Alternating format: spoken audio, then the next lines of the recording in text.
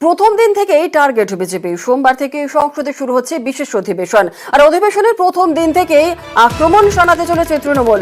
বিজেপির বিরুদ্ধে একাধিক ইস্যুতে সুর চড়াবে ঘাসফুল। শেয়ারে ধস, এক্সিট পোল নিয়ে সরব হতে পারে তৃণমূল।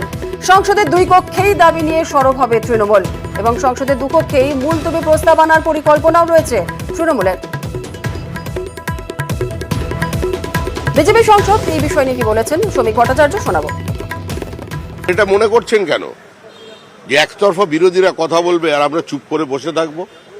এটা মনে করার কোনো কারণ নেই যে ভোট পরবর্তী হিংসার যা তৃণমূল কংগ্রেস চালাচ্ছে, যে নিরবিচ্ছিন্ন অত্যাচার চলেছে, সেটা শুধু লোকসভায় নয়, রাজ্যসভাতেও উঠবে, ঝড় উঠবে। জয়প্রকাশ মজুমদার তৃণমূল নেতা আমাদের সঙ্গে রয়েছেন। জয়প্রকাশ বাবু, আপনি শুনলেন শ্রমিক বাবু কি বলেন, একতরফা বিরোধীরা চুপ করে থাকবে, এটা কি করে মনে করছে তৃণমূল? কি বলবেন, আপনার প্রতিক্রিয়া?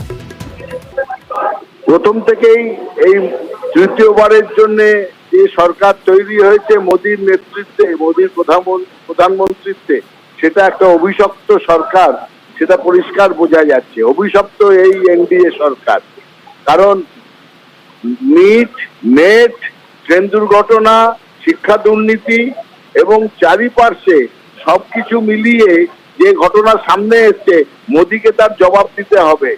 আগলাবার 400 পার হয়নি, 240-এ আটকে গেছে নড়বড়ে সরকার, এবং তারই মাঝখানে যে শিক্ষা দুর্নীতি সামগ্রিক সারা ভারত ব্যাপী সেটা ধরা পড়েছে, তার উত্তর দিতে হবে বিজেপিকে। বিজেপি কি গলার স্বর চড়াবে? তাদের উত্তর দেওয়ার পালা এবার।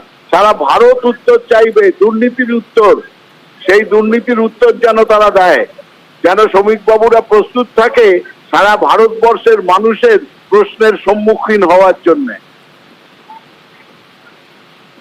বেশ, একেবারে ধন্যবাদ।